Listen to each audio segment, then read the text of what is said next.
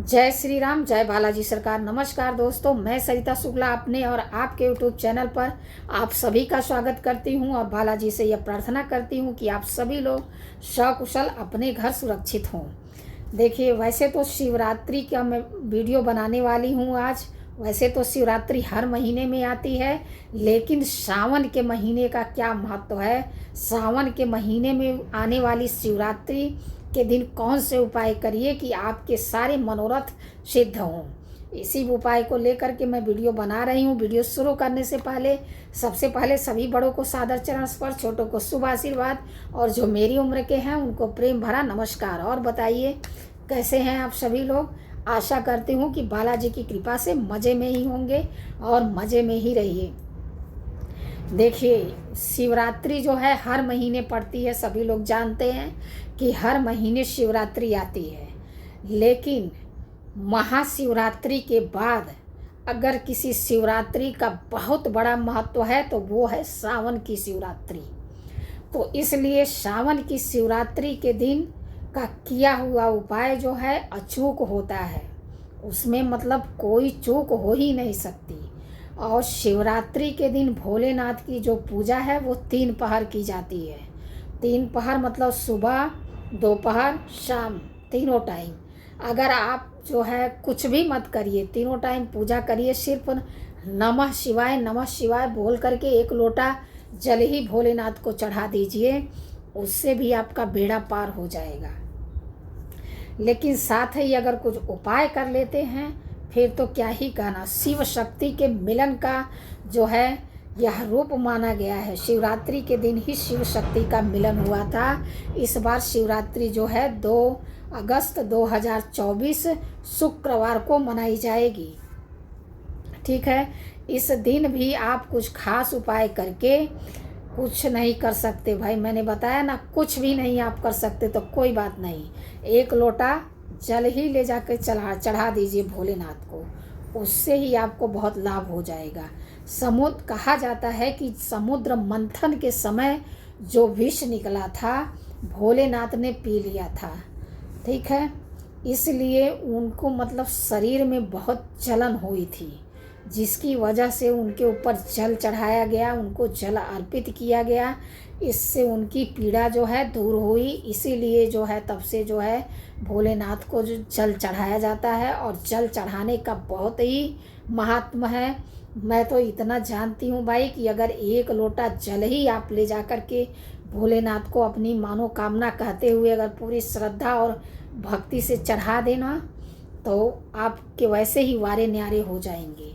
बाकी तो कुछ करने की ज़रूरत ही नहीं पड़ेगी। लेकिन कहते हैं ना कि कुछ करने के लिए, कुछ पाने के लिए कुछ तो मेहनत करनी ही पड़ती है। थोड़ी कर ही लेते हैं। इसलिए सावन में जो महादेव पर जल चढ़ाता है उसके सारे कष्ट भोलेनाथ ऐसे ही दूर कर देते हैं। इस दिन एक बहुत ही खास और बहुत ही सरल उपाय मैं आप लोगों को बता रही हूँ। अगर आपका बच्चा, जैसे बच्चे तो सभी के पास हैं और आजकल बच्चे तो इतने जिद्दी हो रहे हैं कि जिसका कोई हिसाब नहीं है। हर माँ बाप, किसी से आप मतलब 99% माँ बाप से आप पूछेंगे तो वो अपने बच्चों को लेकर ही परेशान है। और उसका एक कारण ये भी रहा है कि पिछला साल जो था वो बुध का था और यह साल जो है मंगल का है। तो थोड़ा जो नई जनरेशन है उनके ऊपर इसका भी प्रभाव है। तो इसलिए जो है आप शिवरात्रि के दिन का मैं बहुत ही एक खास उपाय आपको बता रही हूँ। आप ये करिए, आपके बच्चे की जिद अपने आप ख़त्म हो जाएगी। आपकी वो हर बात मानने लगेगा, आपके पीछे पीछे घूमने लगेगा और आप जो कहेंगी वो सुनने लगेगा। आपको करना क्या है, शिवरात्रि के दिन करना है ये आपको प्रदोष काल में। अगर आपका लड़का कर देता है तो बड़ी अच्छी बात है, पर लड़के सुनते कहाँ हैं आजकल।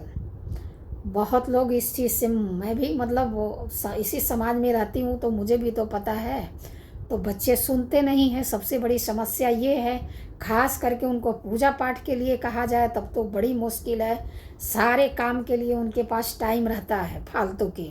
10 घंटे मोबाइल चलाने के लिए कह दो तो टाइम रहता है, लेकिन अगर आपने 1 लोटा जल चढ़ाने के लिए कह दिया तो उनके पढ़ाई लिखाई में डिस्टर्ब हो जाता है, उनका रूटीन जो है डिस्टर्ब हो जाता है।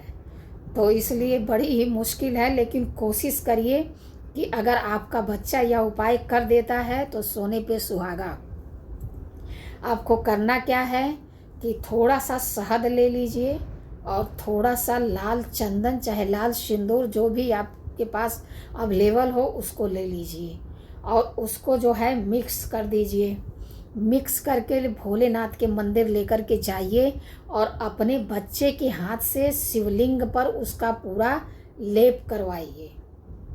ठीक है, लेप करवाने के बाद उनका जलाभिषेक करवाइए, अच्छे से उनको साफ करके, मतलब इतना जल चढ़ाइए कि वो अच्छे से एकदम साफ हो जाए, इतना भी लगा ना रहे, क्योंकि अगर आपके मुंह पे ही कोई कुछ लगा के छोड़ देना तो अच्छा नहीं लगेगा।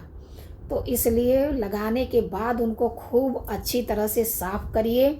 उसके बाद उनको बेलपत्र चढ़ाइए, कम से कम 11 बेलपत्र चढ़वाइए अपने लड़के से और नमः शिवाय का जाप करवाइए। ओम नमः शिवाय नहीं, सिर्फ नमः शिवाय का जाप करवाइए और भोलेनाथ से प्रार्थना करिए कि आपका बच्चा जो है अच्छा हो जाए। यह कम से कम 3 शिवरात्रि कर लीजिए। अब से सावन की शिवरात्रि से आप शुरू करेंगी तो भादो वाली शिवरात्रि और फिर कुवार वाली शिवरात्रि, 3 शिवरात्रि हो जाएगी। 3 अगर मान लीजिए आप सावन में नहीं भी कर पा रही हैं, चाहे हो सकता है आपको जब तक ये वीडियो आप देखें तब तक सावन निकल गया हो, चाहे मतलब शिवरात्रि निकल गई हो, तो इसकी चिंता मत करिए। आप किसी भी शिवरात्रि को यह उपाय कर सकती हैं। अगर सावन में करती हैं तो बहुत अच्छा है। अब मान लीजिए आपका बच्चा वो कार्य नहीं करता है, वो उपाय नहीं ऐसे करता है जैसा मैंने बताया, तो फिर वो उपाय कैसे पूरा होगा? तो आप करिए। आप उस बच्चे के माता पिता हैं, आप जो भी करेंगे अपने बच्चे के लिए ही करेंगे। तो इसलिए अगर आपका बच्चा नहीं करता है तो बच्चे के जगह पर आप स्वयं उस उपाय को करिए और अपने बच्चे को ठीक होने की भोलेनाथ से प्रार्थना करिए।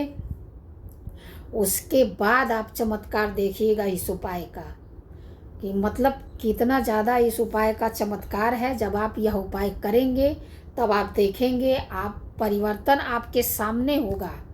मुझे कुछ कहने की ज़रूरत नहीं है। जब परिवर्तन आप देखेंगे ना तो आपको खुद विश्वास हो जाएगा कि हाँ, ऐसे सब होता है। तो अगर वीडियो में कोई गलती हो गई हो तो क्षमा करिए। ऐसी जानकारी के लिए हमसे जुड़िए, हमारे चैनल को लाइक, सब्सक्राइब और शेयर करिए। जय श्री राम, जय बालाजी सरकार।